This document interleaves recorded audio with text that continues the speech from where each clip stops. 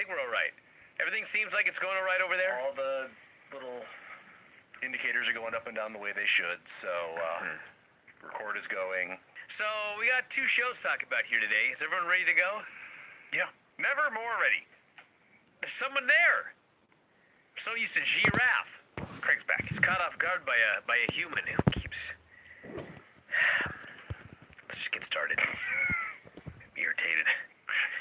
Don't text Bryan during the show, but It's not just that. It's like, right when we get started, I get like 5 in a row. of course. Yeah, no, WWF Retro Raw number 346, January 10th of the year 2000. So, most of the roster comes down to the ring. The Rock gets his own music. He's the only one. He's the only star. The Big Show, who is heavyweight champion of the world 7 days ago, is just out there among the geeks. I'd forgotten he was champion. Yeah. That's easy to do, actually. I forgot when he was champion, and then when he wasn't champion anymore, I forgot that he had been the champion. Yeah. This is the worst title reign I've ever heard of. It actually may ever. be, honestly. Yeah, Like it's way up there. all the other champions, we never forgot they were champion. Like, as we were watching the show. So, Rock's out there. He says he's been voted spokesman for the roster. He calls out Hunter and Steph, and they come out. It's a union. This show, by the way, by the time, think of all that I've said that has happened and recapped, this show's 7 minutes old right now. So, Rock then explains, and this is one of those astonishing coincidences, maybe the most astonishing that we've ever had. On the very day that in Jacksonville there's a press conference to, I don't know if announce the right word, but to celebrate the inauguration of All Elite Wrestling, The Rock announces that he is going to take the whole crew and leave and form the World Rock Federation. Yeah. Starting his own promotion. A promotion named after a huge international star. Yes, this was a rally. My jaw dropped when he announced this, because I don't remember this. Unless... Well, because he didn't. No, it was a bluff. Yeah. Unless they reinstated Mick Foley and hired him again. So he knew Mick's in the parking lot, and they wanted him to be brought back right away. This fucking guy's just flying from city to city and hanging out in the parking lot the last few weeks after being fired. To attack people and torment them. Yeah. Maybe you should take the watch off. I'm just wondering why it's doing this. Like, what the fuck's going on here? I love how you don't like getting texts and then you wear it on your wrist. Leave me alone. Can we get going? So, then, Hunter says, I'll hire Mick Foley back, but I was going to do that anyway. Rock says, our next demand is no more stupid matches. Oh, yeah?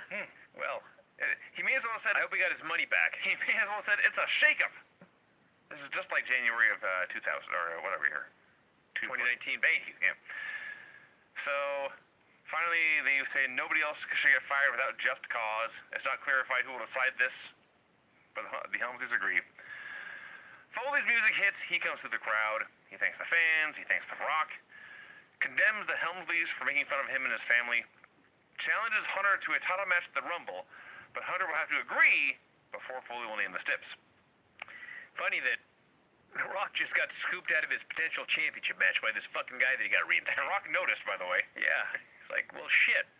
So I should have thought of that. Rock interrupts and says, well, the title match is taken. I will put myself in the Rumble, and I'll face one of you at WrestleMania. Let's not gloss over this, Vinny. Right. This show opens with the roster coming out and surrounding the ring. Mhm.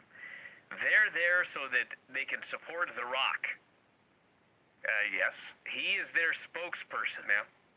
So then this asshole comes out and talks about he's going to throw 29 other jabronis over the top rope. He did say that. That's what he said. All those jabronis are surrounding the ring. Basically to their face. Yeah, they just stood there. Yeah. It's like, what a bunch of dorks.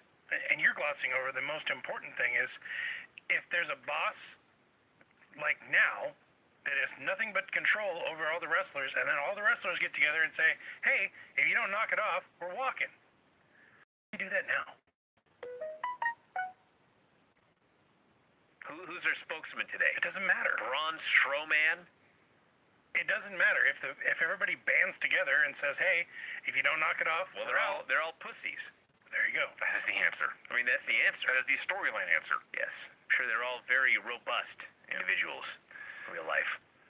So, let's see. Foley, among other matches, for other demands, he wants Road Dogg versus Billy Gunn, and basically the gimmick is Hunter has to say yes or they'll all walk out. So we had Road Dogg versus Billy Gunn. They're not happy about this. Foley wants Hunter versus X-Pac. Steph accepts. Neither Hunter nor X-Pac is happy about it. X-Pac's happy, smiling backstage. He gets a chance to He wrestle. can't wait to beat this guy's ass. The Rock wants DX against the Acolytes. Hunter laughs and accepts, but then they say, no, you didn't let me finish. It's Acolytes and the Rock and Sock connection. So then it ends. I thought Mick Foley was awesome here. This was a 20-fucking-minute promo. Yeah. It went on for hours, it seemed. It wasn't bad. No. You had Foley and The Rock out Foley and there. the Rock were awesome. But Jesus, I was just like, what's the point of all this? Yeah. Like, we recapped it in moments. 20 minutes of live television this was. So DX all yells at each other for a while. We got Road Dogg versus Billy Gunn. Road Dogg says, let him walk. We're talented. We can do a 2-hour show. Prophetic. I guess so. Road Dogg today doing 2-hour shows with, well, it's a talented roster. I won't lie. So as this match is going on, I'm grumpy. Can't tell. Jim Ross is talking about what a great idea it is, and Lawler says you can't have guys wrestling because they want to. You have to have them wrestling because they're forced to. That's a quote. Wonder who wrote that line. It's amazing, isn't it? So they're having this boring-ass match. I thought it was all right. It's a good finish. I thought it was an okay wrestling match. That was the story of the show. A bunch of short, okay wrestling matches that didn't mean jack shit. That's fair. With good finishes. With good finishes, yes. I was watching this. I'm trying to think of, have there ever been a tag team breakup where the breakup then led to awesome matches? No. Because it seems like, we know brothers, when the brothers fight, it's almost always terrible. Yep. Well, Pillman Austin, I'm sure. Did they ever have good matches? I'm sure they had great promos. I'm pretty sure they had some pretty good matches. Yeah. I'm sure it's happened. Could be wrong. I've been wrong before. Anyway, the finish is Mr. Ass goes to the Fame Asser, but Road Dogg just catches him and cradles him and pins him. Sean and Marty had great matches. This is a very creative finish. Sean and Marty did have at least one super match. That's Yeah. true. Edge and Christian had good matches. That's not Edge what I and thought. Christian. This is a very creative finish, and I loved it. Yeah. A clean pin. I know. In the Raw. So Road Dogg offered a handshake afterwards, and I'll remind you of all this, the reigning king of the ring blew him off. Who? Billy? Mr. S. God damn it. He's the worst king of the ring ever. He's worse than the Big Show as champion. He may actually be. No, because I'll bet if you ask somebody, do you remember when Billy Gunn won the 1999 King of the Ring? They wouldn't remember, but they might say yes, because it makes sense. But if you said, do you remember in late 1999 when the Big Show was the world champion for 2 months? No one would say yes. Forgotten. They would not believe it. They would call you a liar. Yes. And now Billy Gunn's all in. And after the gun is all in. Backstage, Mankind has the fake Mankind all tied up. He tortured this fucking guy. Yes, what a jerk. He poured hot coffee on him. Mhm. He hogtied him. He verbally chastised and humiliated the man. Yeah. He was a straight-up dick to this fake Mankind. Why is Midian still in the costume weeks later? All this guy did was like some bad skits. He was clearly hired and bullied by Triple H. He was a victim here. I don't. Your hero, Vinny, Mick Foley, was not a nice guy. I know. Okay. I know the respect you have for Mick Foley. You could have worse heroes, but all right. Yes, Sure. like the fake Mankind. Fake Mankind would be a worse hero than the real Mankind. So it's announced that they're just putting up a board. Anyone can sign up for matches they want. And so Terry signs the Hardys up I for a thought you match. couldn't have matches you wanted. I thought you had to be forced. No, that was Lawler's claim. I see. That's why he was upset about this whole thing. I get it. Ross thought it was a great idea. I got it. So the match they signed up for, and I guess the other team signed up for it as well, Kurt Angle and Steve Blackman as a tag team against the Hardy brothers. It was all right. One of these men just does not belong. It was a short match. It was fun while it lasted. I thought Teddy Long was a terrible ref here. I didn't notice. Counting was super slow. If you don't notice them, they're not bad. I noticed. He wasn't Patrick. No. He did not. He was where he was supposed to be at all times. He didn't bungle everything. No. So a chaotic four-way broke out. Steve Blackman grabbed his stick, but Jeff dropped kicked him in the back. Matt hit the twist of fate for the win. That's 2 clean pins. That is. Angle walked out on Blackman. Yes. So far, so good for the wrestling on this show. Absolutely. Mankind tells the fake Mankind nobody's going to help him. Man, this is brutal. Christian congratulates Edge on something. Well, we'd later find out he's getting married. And he's getting a title match as well. He's getting married to Val Venus's sister, which was in fact legit. Yes. It was short-lived, Yeah. but it was legit. It's funny they just brought it up out of nowhere on this show, though. Yeah, well, yes, it was. So Jericho is with China trying to get him signed up for something. Says if they work together, they can beat anybody. China blows them off, but does sign them up for whatever, as we'll find out later. So Val Venus versus Edge. Well, the announcers tell us that Edge is engaged to Val's sister. Then Val tells us Edge is engaged to Val's sister. Yeah, Val comes out and says, some people may or may not know this, but my sister's engaged to Edge. And I was like, so 5 million people don't know and 8 do? It's about the ratio we're talking about right here. So he says, you have what it takes to win my sister's heart. You don't have what it takes to win my European title. And he's short, He fast. was right. He was right, actually. In other news, Val is the European champion. Yes. Yeah, when did that happen?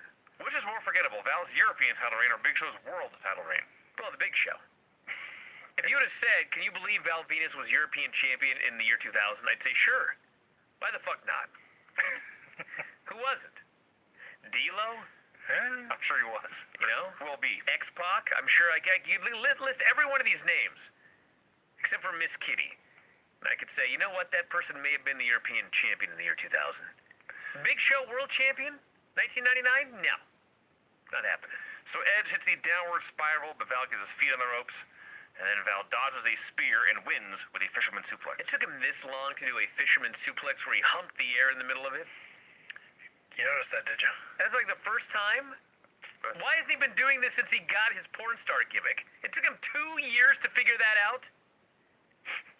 I couldn't believe my eyes. The fuck took them so long? This company, in the 90s. It took him 2 years before someone said, you know, when he does that bridge, he could hump the air. Oh, never thought of that. Well, that's what happened. So Edge is Meeting his future brother-in-law, by the way. Yeah. That's creepy. Yes, it is. Maybe that's why it didn't last long. I don't think that's why, Vinny. Edge says, Val, you were the best man tonight, but you will not be the best man at my wedding. Because Christian will be. Wow. And they all like shake hands, and boy, this announcement died a death. Well, you know, they're building to something. Val was disappointed, but then had to hide it. He wanted to be the best man. Did he? Edge had to announce this in front of the whole world, I by guess. the way. Who cares? X-Pac tried to make peace between the New Age Outlaws.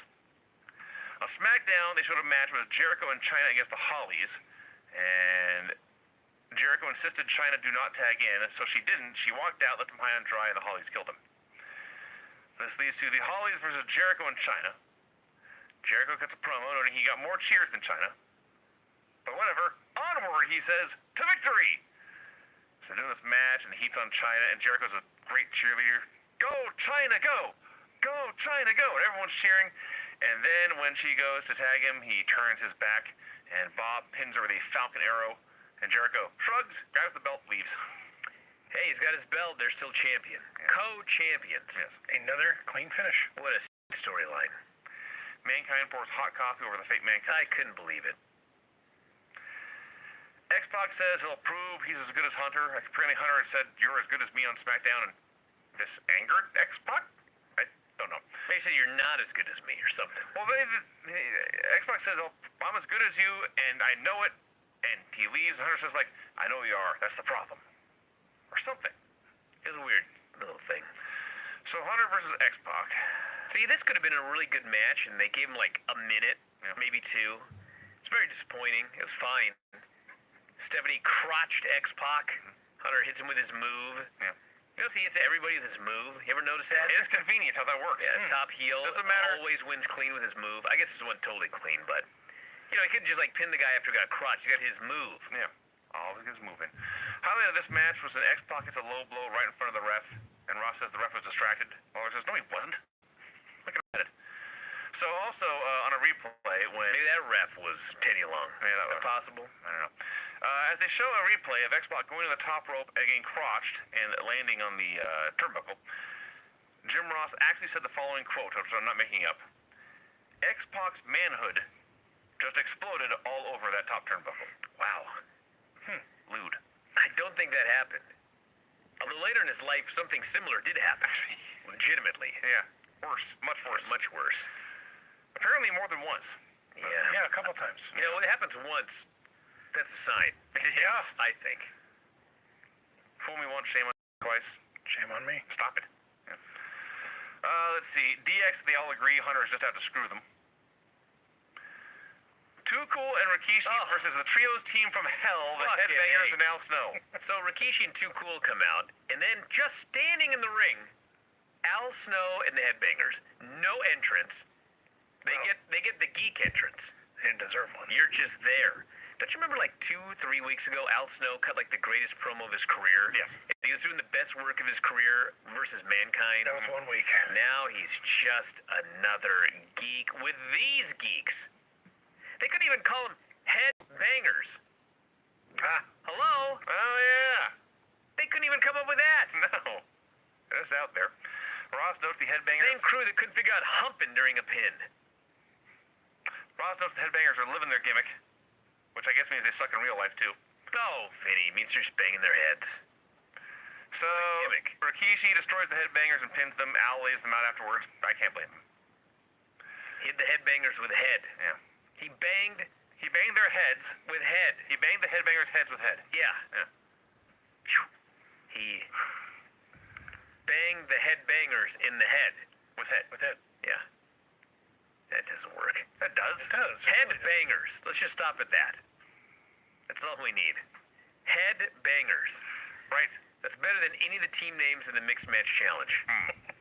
The Boss and Hug Connection. I cringe every time I say those words. It's just painful. That is awful. And they wear shirts that say that. Like, come on. Nobody else does.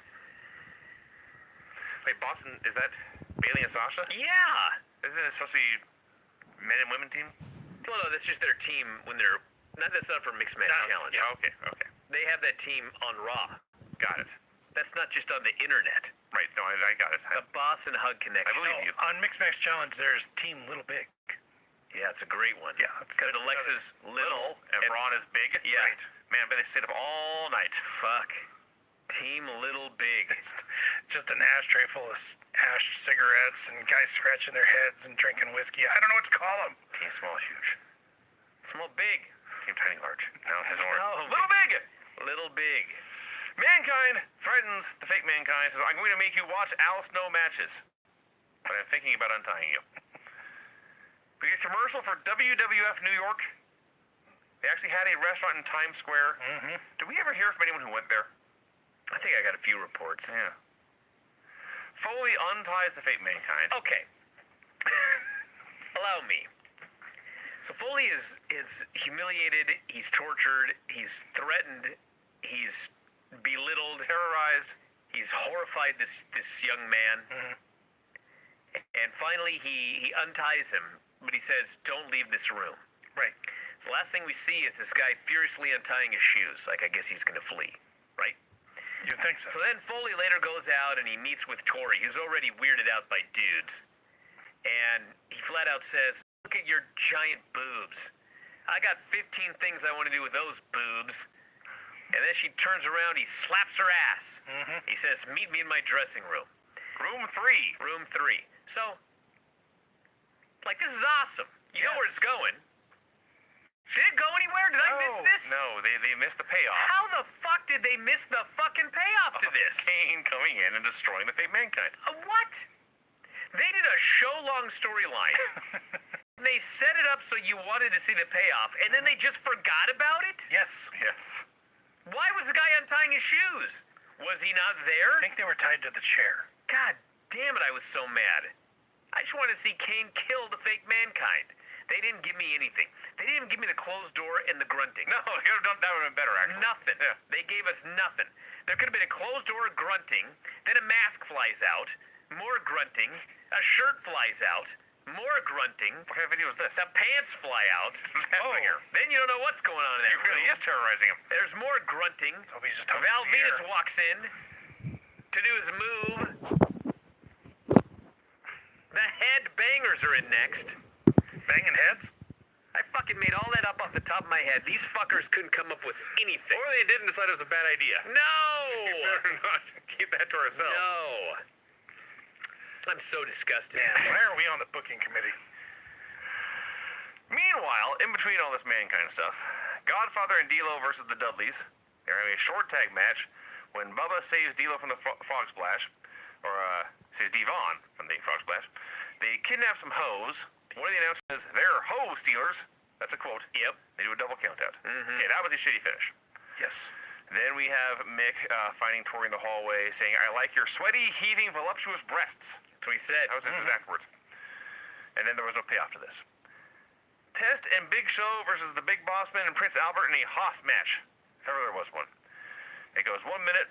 The Bossman accidentally hits Albert with his stick. Tries to go over the top rope, gets his hand caught in the ropes, screams loudly. Test pins Albert with a boot in the top rope elbow. Big Show couldn't even get the pin. No. Bossman bickers with Prince Albert, who Jim Ross describes as a young buck. That's what he said. A sign. That's what he said. Prince Albert's going to be all in. Yeah. Show chokeslams them both just to remind us he is in fact alive. So, obviously the idea was to rehab both these guys. Test got the big flying elbow pin. Big Show got the double choke slam. A fine idea in theory, a fail in execution. Yes. The Helmsleys These walk. guys are dead. Man. The Helmsleys walk. The Acolytes walk. Mick Foley walks. The Rock walks. These two, DX versus the Acolytes and the Rock and Sock Connection. So, Hunter's trying to be all chummy, but his friends won't high-five him. They're all still pissed at him. He refuses to tag in, though, until X-Pac gets a DDT. Then Hunter says, "Tag me in." And X-Pac tags him in, Hunter hits the ring, but immediately Rock runs over and tags Mankind. Now Hunter is trapped with Mankind. He turns to tag out. Everyone in DX leaves him high and dry. Yep. So this exact moment, it's Hunter versus all four babyfaces 1-on-4. That lasts 10 seconds as the Acolytes and Rock chase DX up the ramp and they'll brawl the back and disappear. So now it's a one-on-one match. Hunter versus Mankind with Steph out there. So Foley hits a DDT, goes for the sock. Stephanie distracts him, so Mankind grabs her, pulls her up by the hair. Hunter lays on Mankind, then checks on his wife like a hero. I'm like, surely he will hide behind her or use her as a shield or something. But no, he checked her like a hero, and once it was made sure he was alive, he was enraged and got revenge. Yeah. Like a conqueror. Not only that, I mean, it cut to the chase. They brawl outside. Hunter pedigrees him through the table. Foley's bleeding everywhere. Hunter throws him in the ring. Can't just pin him there. No. He's got to hit another fucking pedigree. His move. Okay. In the ring. So he pins the guy. So I just watching this, and I mean, first off, the Stephanie spot, she grabs his leg. He pulls her up on the apron, and Hunter goes to the other side of the ring, and he's going to sneak up on Mankind. And I thought, okay, well, Mankind's getting a title match at the Royal Rumble. So Hunter's going to rush at Mankind. Mankind will move. Hunter will almost hit his wife, but stop. He'll turn around into the sock. He will be pinned by Mankind, further setting up their championship match at the Royal Rumble. What great booking ideas, Bryan. Fuck. That didn't fucking happen. No. Hunter beat his ass and pinned him. Hunter beats this guy. Spoiler alert, everybody. He beats him like a goddamn drum. Left and right and up and down and in and out, week after week, month after month, until he's retired. Now, I don't know. Like, Foley is like one of the most giving guys in the history of this business. Yeah. He didn't even get a win to set up a match at the Royal Rumble. I know the story is like, well, afterwards he saw his own blood and he went crazy and he beat the hell out of Triple H. Yeah. But, like, he lost. He was bleeding when he lost. He was brawling outside with gimmicks when he lost. Like, give the fucking guy something, and then you could beat him for 10 straight pay-per-views and retire the guy. They didn't give him shit. All right, I am going to play devil's advocate here. Fine. Now, part of this, I'm not denying, as we shall see over the next 3 or 4 years. One other thing, by the way. All It's right. not only that. Like, for a second here, this was a 4-on-1 match against Hunter. Yes. Yeah. And you could have beaten the champion because his buddies walked out on him. That would have worked too. Like, you can find 1,000 ways that Hunter could have done a job here. But instead, he had to beat Mankind. Yes. Okay. So, as you noted, Mick Foley is like the most unselfish guy ever who is a top star. Yes. he really was retiring. This Yes. was his plan. Yes. He thought, I'm going out. I suspect, I'm speaking on behalf of Mick Foley here, maybe he'd disagree with me, but I suspect his mindset was, there is no reason I should be anyone at this point.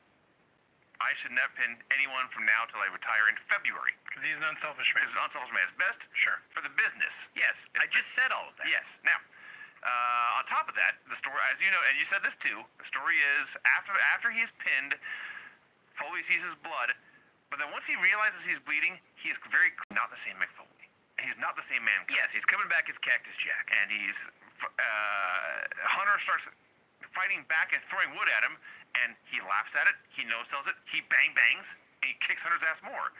And it ends with Hunter backing up the ramp in terror at this smiling, laughing madman bleeding all over the place in the ring. So Yes. I don't think the loss hurt Foley either. I don't think it hurt him, but at the same time, it's like it would have been okay for him to win. You know what I mean? Like, here's another thing. If the idea is that Foley is going to put over Hunter, like he's going to put him over, he's going to elevate him, right? Yeah. He should be like a threat.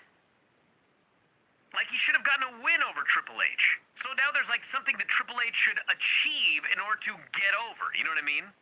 Foley's been gone. Like what's the last big victory Foley has had? It has been a while. It's been a long fucking time. He and Rock were tag champs for a minute, but It's been a long time since he's been given any credibility whatsoever. Give him like one win and then beat him 15 times in a row. That's all I'm saying. Is it possible that both of you are right? could be. There's Impossible. Are you kidding? My one last point here I'll make is that he is now. Your mistake is you're thinking all of this as Foley. It has been Mankind, but now it's going to be Cactus Jack. I realize and that is the greater threat. I realize that. So Cactus Jack hasn't lost in years. I realize that. Well, listen, as we keep watching these shows, we can come back to this argument. That's fair. When Hunter has beaten every fucking geek As on I this said, roster there will be- 50,000 times. If you want to get mad for Hunter winning when he shouldn't, Yes. save your breath. There will be I better will have examples many, in the future. many There are opportunities. many hills to die on. Years, literal years. If I can just add this, and I know it's 2019, but it's amazing what a little blood can add to the brevity of a match. This was so good. Brevity? Maybe I'm using the wrong word. Brevity like means it's short. Yeah. Okay, that's not what I'm saying. Quality, Sure. brutality. It just means... Oh, Rob's jumping in.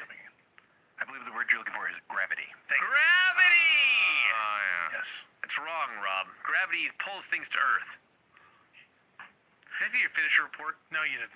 I have not. It's very short. You may not even need music. That's impossible. No, it's very short. You mean brevity? It is actually. It's an example of brevity. All right, let's do it. It's amazing. Well, the finishes on this show were clean pin, clean pin, clean pin, clean pin after a guy leaves his partner high and dry, pin after low blows and interference, clean pin, double count in a tag match, pin after one dude hit his partner with a stick, and pin in an 8-man tag that turned into a singles. God, 20 seconds. Yeah, man. It's got to be a record right there. Well, we played that song 4 times last week. This for was Nitro.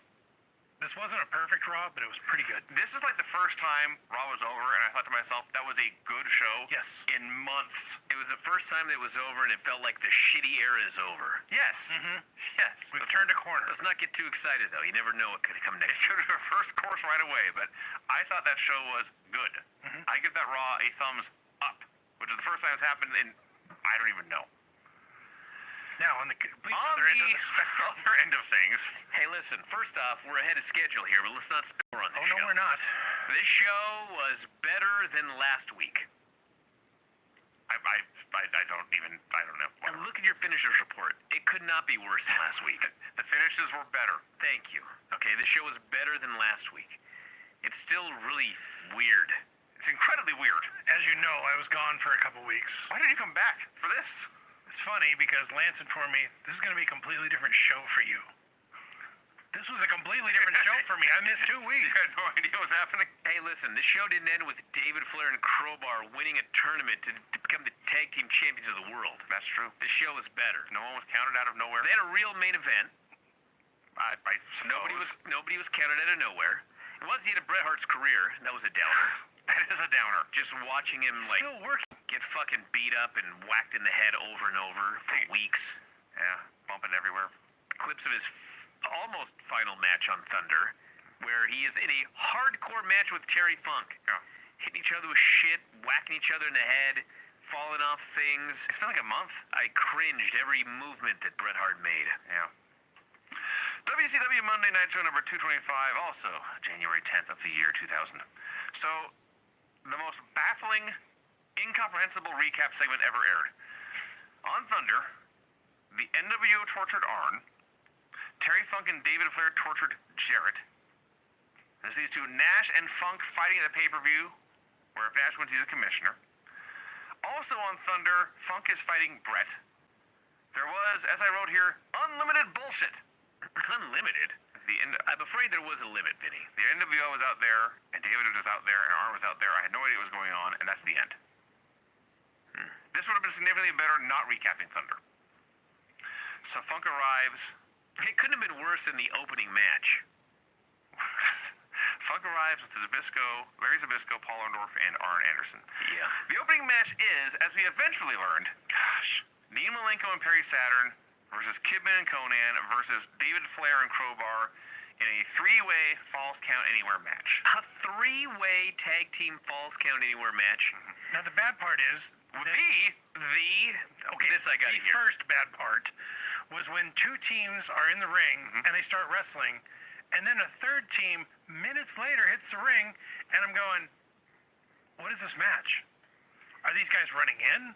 I actually wrote down it was for the DQ, but it was informed they were part of the match. Why do they do this? I don't know. This match was a absolute disaster. It was. So it was what they call a tornado match. You don't tag in, you're all just in the ring at the same time. And let me tell you what happened. There's 6 bodies in the ring. There's a 7th body outside screaming her head off constantly. I was ready to kill myself.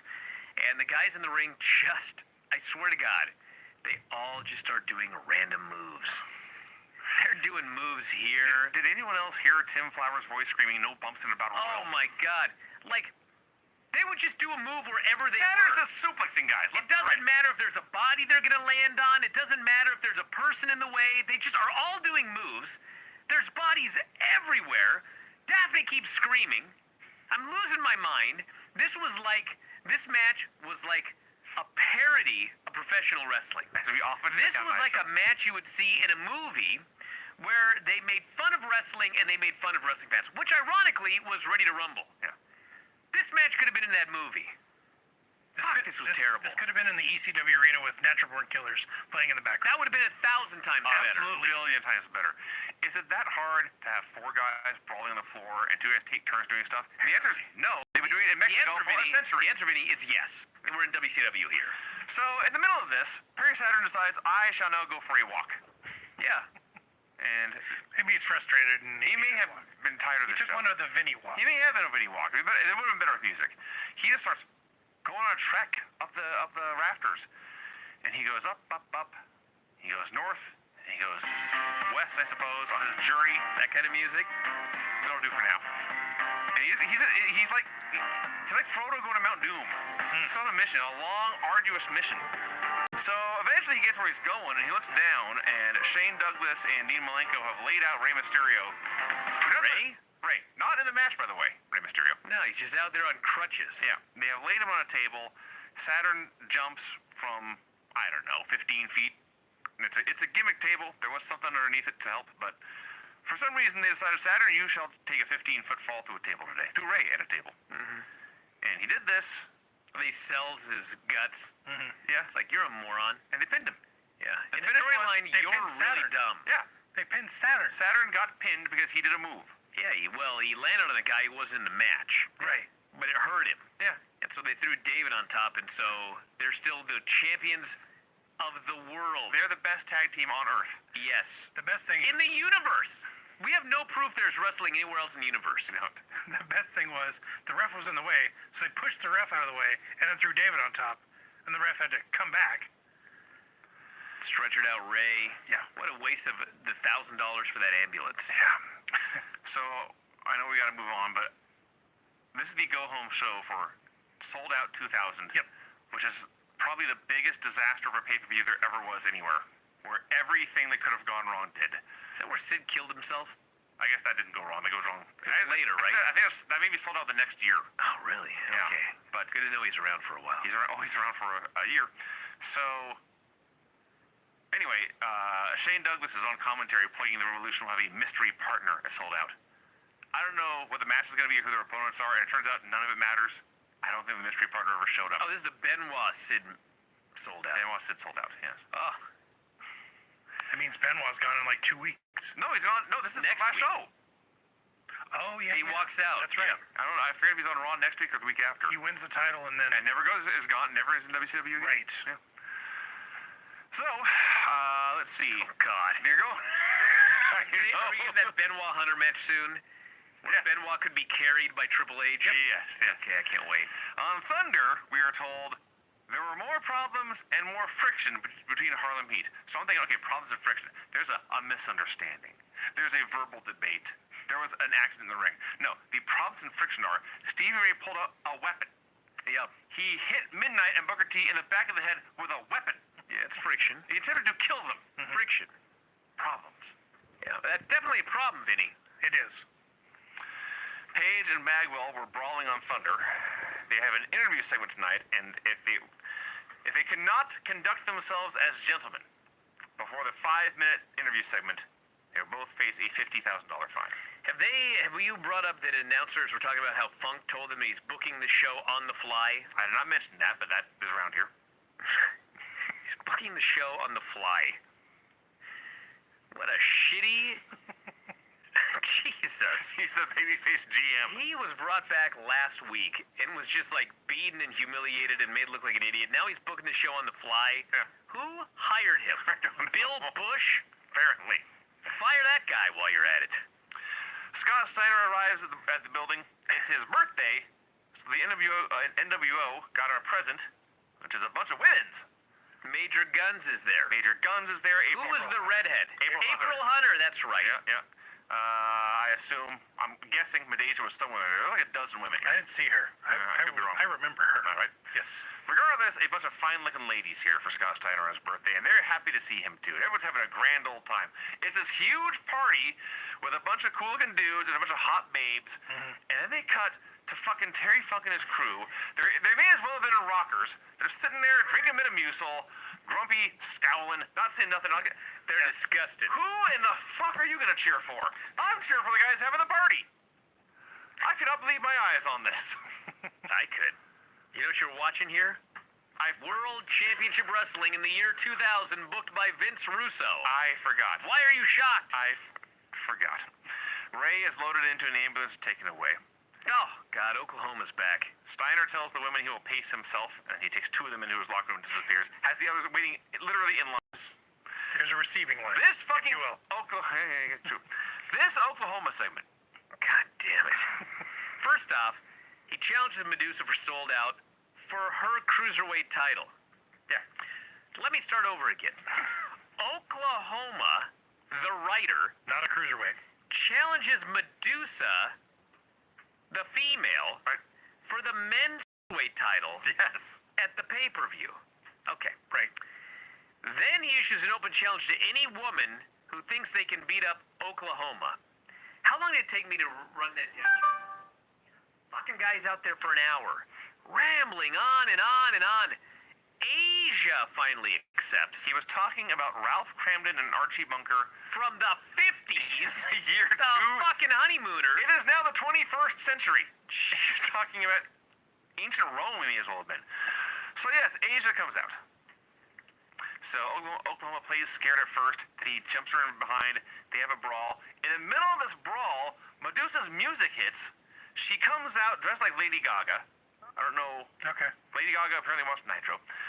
I don't know why she came out. There's a brawl going on that does not involve her. She comes out. She's facing him at the pay-per-view. Is she? He challenged her. She never said anything. Well, I mean, She comes the out. writer. We almost missed this because we're seeing Medusa's entrance, but Oklahoma takes his bottle of barbecue sauce, and every week a bottle must be broken over somebody's head. Yeah. He breaks his sauce over Asia's head. Why? Why does it have to be every week? Because, This the novelty is worn off for me. I'm done with bottles. well, don't know what to tell you. They probably bought like a 12-pack of them. They Got to do a different bottle of something every week. There's still bottles left. We had to truck these across the country. So then, so Asia's out covered in barbecue sauce. Medusa checks on her, gets in the ring. Oklahoma beats her up, hits her with a broom. You know what it is, Vinny? Steals the belt. Vinny. Yeah. Oklahoma is Jeff Jarrett. Medusa is China. And they're having a good housekeeping match. He's just bringing over all of his ideas from the other company. Yes, so. That's exactly what's happening right here. And pushing his friends. The grumpy old man walked backstage. The NWO checks on Scotty. He's not coming out of the dressing room. Things seem to be going well in there. Dude, when you say this is a better show than last week, Bryan, this segment I offer as exhibit counterpoint A. Well, this was bad. Yes! I mean, it went 2 hours. The greatest thing is, yeah, it was bad and it went a really long time. This is a 2-hour night show that felt like 4 hours, mainly because of this segment. So, Funk wants Nash and his crew. They call themselves the Old Age Outlaws. I found these guys off the unemployment line. We are the old age outlaws. These are the baby My jaw's hanging open. It gets better. So Arn does his promo. It's actually a pretty good promo. He threatens to... He says, I feel ill. Yeah. He's old, grumpy, and ill. Paul introduces some of his power plant trainees, including Elix Skipper and Sean O'Hare. Palumbo was there too. Sonny Siaki, Kwee-wee. I missed both of those. Yeah. So the NWO comes out. Kevin Nash then cuts the absolute worst kind of heel promo. He says, Funk, you either have Alzheimer's disease or brain damage, or both. I may have to beat your ass tonight. I'm gonna win the commissionership of the pay-per-view next week. You're old, he says, and you get your clothes from Target. Look down in the ring, and there's Funk. Old. He's fucking old. Poorly dressed. He's got his clothes from Target. I mean, maybe. Probably Value Village. We just found him. It's like, dude, you fucking just buried these guys. You just buried them. That's what he does. And he's right. That's the thing. I understand the psychology of how it is a bad thing to point out your babyface's weaknesses. But look at these people. Dude, I was with Nash. that's why you need to build him up somehow. At least mention he's a hardcore legend. He's crazy. You powerbomb his fucking head and he's still out there this week. He's tough as they come. This is not hard. So Funk then books Jarrett. Oh. As soon as he starts saying there's a series of matches tonight, I was like, oh my God. I remember this. I did not. I did. Yeah. Says you will face 3 of my very close friends. Jarrett demands who the opponents will be. So in an amazing coincidence, they have Jarrett, a Tennessee native. They are in Buffalo the weekend after the notorious Tennessee Titans Buffalo Bills playoff game with a very crazy finish that I will not describe because Bryan will lose his mind. But suffice I'm to say, losing my mind enough with this thing right here. suffice to say they're in Buffalo and everyone hates Jarrett. Jared wants to know who are my opponents. There's a long pause. And says, Okay, Funk must have forgotten his lines. don't worry about it, he says. He just starts repeating himself. So finally he says Benoit's the referee. No. I'm not spending all night on this. No, we have to let the listeners know how bad it was to sit through. He starts repeating himself, and Nash interrupts and says, hey, who's the ref going to be? Because Nash wants to go home. They say it'll be Chris I Benoit. want to go home. It's Chris Benoit. He also books Brett match against Nash tonight. They laugh and say they won't do it. Oh, now I need to stretch this out. Okay? Signs Brett versus Nash. Brett says, you're an idiot, you're senile. You're an idiot. That's what he says. He goes, you're an idiot, you're senile, and you're an idiot. Yes. Okay. Funk says, if you guys take it easy on each other, I will suspend both of you. I will suspend you for a year without pay, and Brett, you'll be stripped of the title. Nash says, I save my money. I don't give a shit. I'll take a year off. Brett says, I don't need the money either. I'll take a year off. Now Funk is an idiot. Yes. So he's like, fuck. I'll take your belt. So then, like, nothing is handled here. No. Steiner then cuts a promo, but they just play a tone. He's bleeped. Like no, it's not bleeped. They just play a tone the entire time. Like he's been swearing nonstop for like 30 seconds. Yes. One right after the other. Well, one long bleep. Is what So then Funk says, tonight, I will wash your mouth out with soap. I went, excuse me? I sat here for 20 fucking minutes, and the main event is you're gonna wash Scott Steiner's mouth out with soap? Yeah. What? Somebody saw the Christmas Story over the holidays. So then, it's over. 15 fucking minutes. 15 fucking minutes. I still don't know if Brett and Nash are gonna wrestle or if the belt's being stripped. I don't even think they ever figured that out in this segment. No. This sucked. Oh, it was horrible. Yes. Horrible. Funk sends Arn to wait for the limo. Buff Bagwell walks. DDP walks. Arn finds the wrong limo. Yeah, who was that? Well, we're told here. Who? He opens the door and says, I thought it was somebody else. Sorry. It was Kimberly. They go to break. When they come back, there's Kimberly Page Okay. all dolled up, and they say All right. they tell us that was Kimberly in the limo. I missed that. There's a Buff Bagwell Video package. Thank you. Speaking of packages, in this line, Page says Bagwell is not big enough or whatever. This causes Buff Bagwell to go sprinting down the ramp as fast as he can to fight, because Page said he had a small dick. Yeah. It's fighting words, Vinny.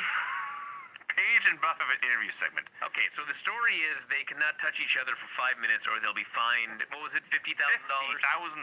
Yeah, bullshit. Put a timer up. They had a timer up there. And I gotta say, this was a damn good segment. Yeah. Because they buried each other. They pushed every button to try to get the other guy to hit the other guy. The fans were totally into it. Like, I don't know why, but when DDP said he had a small dick, everyone gasped. Yeah. And when DDP called him a jack-off, they all gasped. Or everybody called him Puff. And so, here's the story. DDP is accusing Bagwell of having sex with his wife, okay? Why didn't he just go to his wife? He did say, I was in LA and I called you and said Kim and I were having problems. Okay, but like, so ask her. I guess Is talking off I limits? guess the problems are so bad he can't ask her. She's at the building right now. He doesn't know that. So Bagwell says, listen, That's actually true. we're friends. I'm a good listener. But we didn't do anything. DDP refuses to believe it. And Bagwell then says, listen, if Kimberly came up to you, was getting all hot and heavy, would you do it, DDP? If you were in my shoes? DDP says, no, I wouldn't. Bagwell says, I wouldn't either. DDP then says, Okay. They're both lying. so you didn't do it? Bagwell says, no, I didn't do it. I've been telling you that. DDP doesn't believe it. He goes, the boys in the back are telling me you're bragging about how sexy Kimberly's birthmark is. The birthmark only I can see. And Bagwell goes, that's what this is all about? Every guy in the back has seen that birthmark. This is too much for DDP. He punches him. The timer has expired by now. Yes. So So he punches him. They have a fight. I like this segment. yeah, I was bewildered. You've explained it to me now. Yes. Bagwell in particular left me baffled, because first he was insisting he didn't do it. Then I thought in his speech about what would you do if there was a hot babe there and she was available, Mr. Party Man, Mr. Nightclub, what would you do? I thought he was, I don't know. I thought he was saying you do what I did. Then he said I didn't do it. Yeah, and then he says, you're right, I didn't do it. So in storyline, we're supposed to believe that Bagwell honestly didn't do it. Yes. And DDP is like a crazy, jealous guy. And I assume... And let me tell you something, okay? Mhm. And you probably remember this too, Vinny. In the late 90s, I mean, the women just changed in the locker rooms. Yes, they did. Oh, yeah. Just totally naked, just right there in the locker room. Yeah. So when Bagwell's like, well, everyone's seen the birthmark, I was like, he's right. Well, not only Doesn't that- mean he slept with her. She was also in Playboy magazine. Yeah. So that's going to be the payoff. Well, I mean, that could have been airbrushed out. The point of this was, I mean, There's no airbrushing in the locker room. Spray tan, that's different. no, there is no airbrushing in the locker room. So that's the story. So, that's all fine and dandy. But then, after he's been punched, Paige punches Bagwell goes down. Then Kim appears on the monitor. Paige, as Craig noted, he did not know Kimberly was there. He's surprised to see her. This lets Bagwell recover, pull out a police baton, and attack Paige violently with a weapon while insisting I didn't do it. Yeah. Well, now you hit him with a stick. That's bad too. Well, it's a different kind of bad. It is a different kind of bad. Yeah. It's bad. He didn't sleep with his wife. He just beat him with a stick. It's attack violence. Yeah, it's different kind of. It's a different kind of bad. Different kind of stick, yeah. I mean, come on. DDP was being an asshole here. Bagwell insisted he was innocent. Doesn't mean you should hit the guy with a baton, but... Nash and Brett are backstage talking about how they can get out of this match. It goes badly. It leads to them bickering, and now they're going to fight. They just formed, 3 weeks ago? About that. Arn, who is old and ill, is now outside bitching about the cold weather. Yeah, they just made him stand out there waiting for George Steele to show up. Car arrived. They couldn't just have him walk into the damn building. Should have been out there with a shawl. I mean, Animal's furry. Animal's very furry. I honestly forgot how furry Animal was until he got out there. So it's Jeff Jarrett versus the mystery opponent, which turns out to be George Steele. 62 years old at the time. Wow. He hit Jarrett with a bunch of weapons. He ate a turnbuckle. He got hit with a guitar, but then Arn hit the ring, laid out Jeff with a spine buster. They put George on top. Benoit did the fastest count you ever saw, and George Steele pinned Jeff Jarrett. Okay, you know, it doesn't matter, but like I could have sworn that when they announced these matches, like the first match was going to be a wrestling match. The second match was going to be a bunkhouse match. Correct. They can't even keep that shit straight. Yes. They started with the bunkhouse match. Scott Steiner rotated women. 2 came out, 2 went in. Brett and Nash got taped up for their world title match later. Okay. What is Jeff Jarrett's motivation in the show? He has to wrestle 3 times to get beat up by old people. In the meantime, he's got to go back where Nash and Hall are going to fight. But rather than try to make peace, he tries to get them to fight more. Tells Nash, we got to throw that Canadian goof out of there. And I think he's trying to drive a wedge between Nash and Brett, but Nash is like, well, I'm going to take the world title from him first. And this catches Jarrett off guard, and he's like, yeah, but then we'll throw him out. I don't know what's going I have no idea what they were arguing about. No. Funk sends poor Arn Anderson back outside in the January Buffalo air to wait for another goddamn limo. They couldn't all come together. Stevie Ray comes out for a promo. Am I mistaken in hearing Stevie Ray say that they had been held down for years? Did he really say that? Probably. They won the tag titles 10 fucking times! They were the best tag team on earth 10 times. Says everyone got excited for Booker winning, quote, a no-good TV title because that's all they wanted you to have. Oh, maybe Booker's been held back. I don't know what's going on. So he starts to say Booker T is not from the hood anymore. He doesn't represent the hood. He forgot he came from the hood. And they zoom in. Steve Ray's wearing a Kenny Bernstein baseball hat. Now, I haven't been in the hood in a while. Maybe funny cars are a lot more popular than I remembered, but I don't think they are. Booker and Midnight come out. They try to make peace. Finally, Booker says, I'm not going to wrestle you tonight. I'm not going to wrestle you at Sold Out. He tries to leave. Stevie smacks him. Booker says, I will wrestle you at Sold Out. Yes. But this shit, he says, won't be fixed. Yeah, let's make sure we mention that he called Midnight a Cracker Jack fruit booty. Wow. Huh. Now, when he said, I guess when he said this shit won't be fixed, I took it to mean our match will be real. Yes. Or maybe this shit. I thought he meant their relationship. This shit between us got to be repaired. I guess it could be taken 2 ways. Jeff pleads his case to Brett. I still have no idea what's going on with this.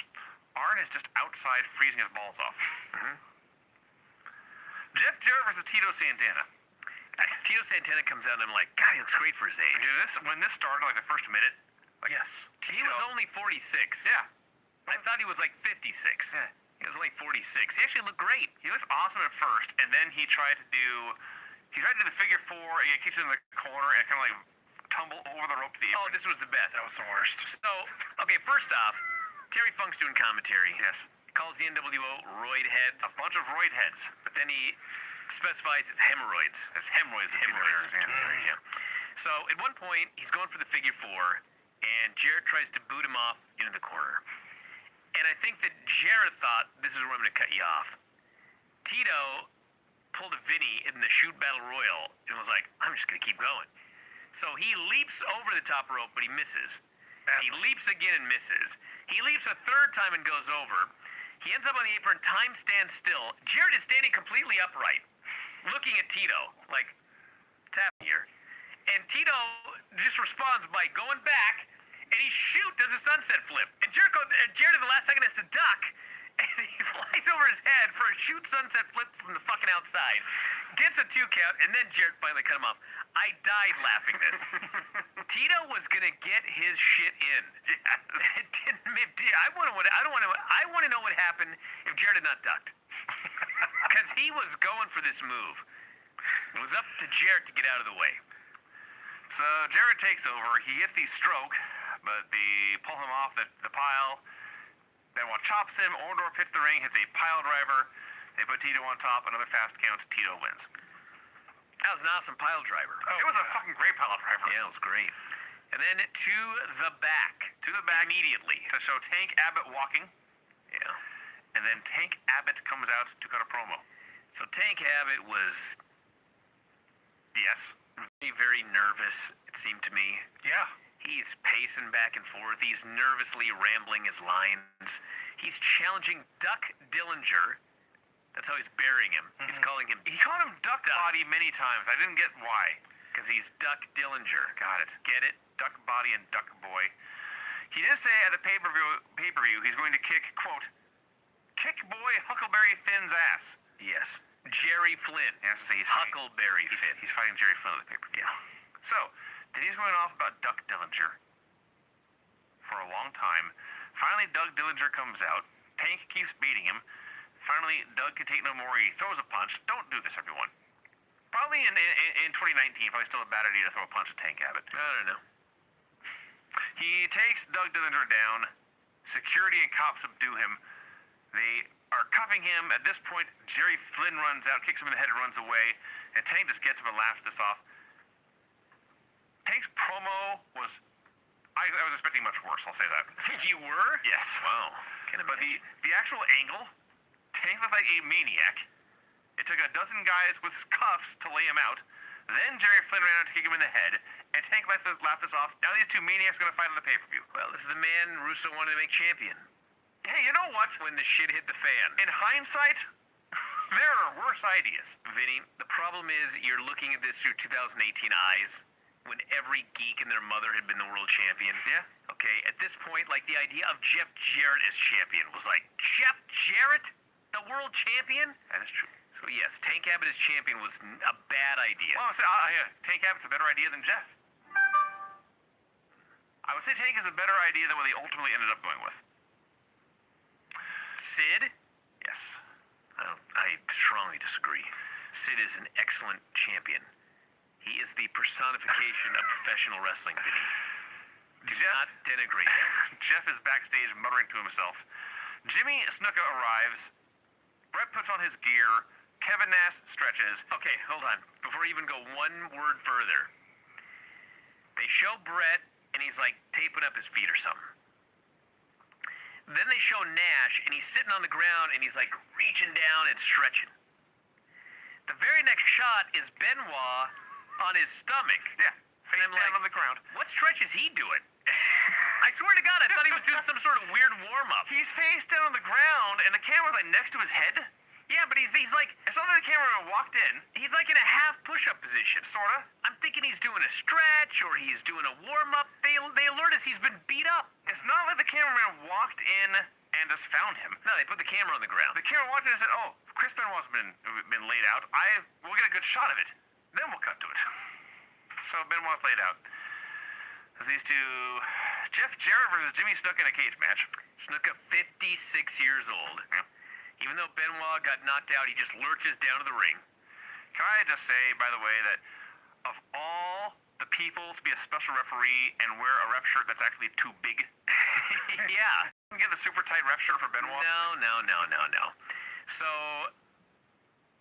oh man. Do you want to get into it? I mean, we had Benoit and Jimmy Snuka in the ring together. Yeah, that's weird. The most uncomfortable Nitro moment of all time. I think one of the more uncomfortable wrestling moments of all time. Well, yeah. Especially because the two of them... Ganged up on him together. No, not just that. The two of them did suicide dives off the cage. Yeah. Yes. So anyway, let's just cut to the chase. So Snuka does a big splash off the cage onto Jarrett, which apparently gave Jarrett a concussion, but like he landed perfectly. Yeah. So I guess just the It turns out doing a splash off a cage is actually dangerous. I guess maybe it is. And then Benoit did the diving headbutt, countered the pin. So Jarrett beaten again by Jimmy Superfly Snuka with help from Chris Benoit. And all the other old age outlaws were out there too. It's like an 8-on-1 or whatever. And by the way, forget everything you know about Snuka and Benoit. Let's just talk about the action that occurred in this ring. 56-year-old guy climbed on top of a steel cage and did a big splash. Another guy on the top of this cage was followed up with a diving headbutt. So you got this cage and there's two dudes on it. The place is going nuts. Yeah. The building is shaking. One guy jumps off, boom. Other guy jumps off, boom. This guy counts the pin.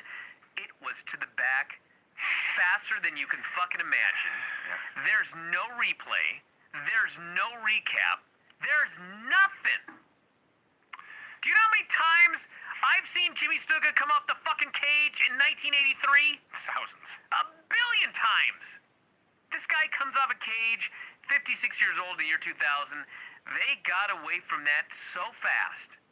I couldn't even believe my eyes. I'd have been furious. Well, it's very important they show Bret Hart, and I say all the time, so-and-so walks. Bret Hart is power walking towards the ring area. That's what Tony Schiavone said. He was power limping. Fuck this show, dude. Nash is still walking. Scotty is starting to get worn out, but the women throw champagne in his face to wake him up. So it's Bret Hart versus Kevin Nash in the main event. Kevin Nash walks out. They did the Wolfpack music. He's not a fast man. He saunters out. It takes a long time. He does his whole entrance. Suddenly they cut backstage. Larry Zbyszko and Paul Orndorff have Scott Steiner tied up in the locker room. Scott Steiner is wearing only boxer shorts and his sunglasses. As one does. As one does. And Terry Funk walks up and, as promised, puts a bar of soap in Scott Steiner's mouth. He washed his mouth out with soap. He sure did. Hey, you know what? On Raw, they promised me that we were going to get to see Kane beat up fake Mankind, and they didn't deliver. They failed. On Nitro, they promised that Terry Funk would wash Scott Steiner's mouth out with soap. They gave it to me. They did. I'll give him credit for that. Fair enough. You know what else I got to say about this Bret Hart-Kevin Nash match? What's that? Bret had, I don't even know how many concussions he'd suffered in the last 2-week period. He was ruined. His career was over. One of the greatest wrestlers of all time, his career ended as a result of all of these head injuries. He still went in there and had a better match with Kevin Nash than any match I've seen Kevin Nash in years. Can you imagine? That's probably true. I was bored to tears by it, but it's Kevin Nash. Dude, it was a perfectly fine match. They just did a bunch of random shit and nobody cared. I was bored as well. It was very long. Much longer than it needed to. When's the last Kevin Nash match? Well, I said, I your agreed. World on fire. I agreed you had a point there. Yes, It was, it was the best Kevin Nash match I saw. Yes, with a multiple concussed guy. I did. To be fair, I did note it's kind of amazing. This is Bret's last real match, and though the match as a whole is not entertaining, Bret's execution of these maneuvers remains awesome. Yeah, He just do a little elbow. he was incredible. He was He's one of the all-time greats. He really, really was. And when you take into consideration the state of mind he was in Yep. while doing it, Yes, an all-time great. So the announcers point out how weird it is. These guys just got back together 3 weeks ago, and they're already fighting. You don't say. Now who knows? The world fell apart for WCW after this, so we'll never know if they had a plan to go somewhere with it. But it was weird and random. Okay, let's see. did you notice Bret was in a t-shirt, jorts? Well, I think the gimmick was he was not prepared to wrestle tonight. Oh, okay. Well, I just figured this is where Cena got his gimmick. Bret Hart did wear George long before John Cena was around, that's true. So, eventually, Arn comes out, he attacks Nash with a pipe. Sid shows up. For the first time in the show, Sid shows up, and in fact, it was not until during this match they pointed out, hey, folks, on the pay-per-view on Sunday, it's Bret Hart versus Sid for the world title. Yeah. Now, just as well, they didn't plug it. Even they figured out the finish. It didn't happen. That they couldn't figure out on Raw. Yeah. Yeah. So, this went on for a bit. The cage lowered. I forget what the ref won. It doesn't matter. Sid chokeslammed and powerbombed Bret and made a cover, and Arn counted 3. Well, the ref, Arn Anderson comes down and he hits Nash with a lead pipe. Yeah. He's in a ref shirt. And he tells Charles Robinson to get out of here. Okay. He tells Bret, I owed you. I still have no idea for what. I don't even care. Sid comes down, kicks a chair into Bret's head. They lower the cage. Sid hits a power bomb. Arn counts the pin. So Arn saved Bret, but then allowed Sid to kill him and counted the pin. I don't know. Yes. And then Terry Funk comes out with a branding iron that's on fire and burns Kevin Nash in the stomach. Yeah, Nash is on his back. Like, listen, I don't want you to really brand somebody. Nash is on his back after he got laid out, and he looks like he's like 15 months pregnant. Sure. He's just got this giant lump on his stomach right here. He's flat on his back with this giant lump. And 15 months. And Nash comes down. He has a child. He should know how this works. Vinny, you're missing the point, you fucking moron. He looked twice 9 months pregnant. That's how big his belly was. 15 sure is twice. You know the point I'm trying to make, you idiot. He's very pregnant. Yes, he's massively pregnant. He's pregnant like a whale gets pregnant. How's that? Gigantic! I see. A big lump. Spectacularly, I would think. Yes, that's what Must be Nash quite a looked like. sight. And they branded his guts. And that's the end of that. That's the end. That's how Nitro went off the air. The show ends. The show ended, everybody. Terry Funk branded Kevin Nash. Yeah. Yep. Double What? cross. And I thought that, is Sid the champion right now? He just pinned Brett. I thought Stranger things on Nitro have I happened. thought this was a title change. Yes. But it turns out it was not. So, I think now that we're done, Brian, you were right. Thank you. This was a better show than last week's show. Well, I want to say it was better. It wasn't as bad. Okay. There's a big difference. Key distinction. Yes. But God, that fucking Funk promo in the middle. It was really Just went on horrible. forever. Terrible. He was 20 when it started. I mean, part of the problem, Vinny, is I mean, I watched Brock and Braun Strowman last night. How was that? Didn't do anything. Braun forgot every fucking line. Heyman's trying to lead him through it.